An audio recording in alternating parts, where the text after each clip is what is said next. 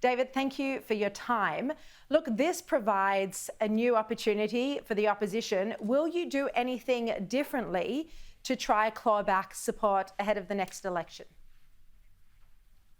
Sharri, the first thing I'd say is, look, I wish Daniel Andrews well. He can move to private life. Clearly, political life takes a big toll on families, and you've got to respect whatever the political differences, the contribution that people have made. But the facts are the facts, and this has been a situation where Daniel Andrews has left Victoria in a worse state than he found it. We've got huge debt, which has really hit the state hard. Our reputation has been damaged by the cancellation of the Commonwealth Games, the massive waste on major projects, huge waste, billions and billions of dollars. And, you know, the truth is life is much harder under Andrews now than it was in 2014. The fact is hospital waiting lists are much longer. The fact is there's been a deterioration on so many levels. Housing waiting lists, housing affordability, all of these are huge problems. And the massive debt is the legacy that he and his team leave to Victorians. It's a real problem for the state going forward. The debt is very significant, and the waste, which has been been the hallmark of his government.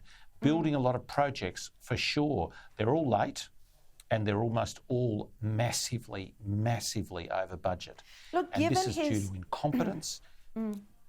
Look, given his unpopular and tough handling of the state during the pandemic, you know, given the ballooning debt and all the other scandals that happened time and time again, why do you think voters kept supporting him?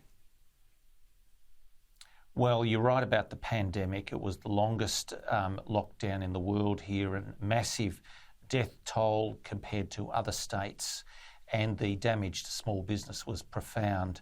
Look, I think he's a very good media performer. He's a very good spin person, if you will. He's poured massive amounts of public money into the presentation of his case online and elsewhere. There's no doubt there's no doubt that that's all true. But the underlying thing, the facts are the facts. You know, he's going to leave the state in a much worse position. Massive debt. And, you know, Victoria's debt will be as big as Tasmania, New South Wales and Queensland combined. Do you think pushing towards 200 billion? Yeah, 171 billion by 2027. Do you think he should be forced to front an inquiry into his handling of the COVID lockdowns and examine the decisions that he made? Well, I actually do, and our policy at the last election was a Royal Commission. The Royal Commission that has been off, or the inquiry, the sort of toothless, weak inquiry that's been offered by the Prime Minister, won't get to the issue with many of the states. The states could offer the letters patent that are required to enable the federal inquiry to be properly upgraded. It could be a proper Royal Commission and could get to the bottom and force the bureaucrats here in Victoria, force Daniel Andrews and his ministers to answer the questions. I mean, still the pandemic plan, the preliminary versions of the pandemic plan have never been released. Yeah. Still the decision-making around so many of the absurd decisions, closed playgrounds, open playgrounds, ban this, ban that. Still the details of those decisions have never been made public, and he's tried to skate free on that. And Elbow is helping him on this.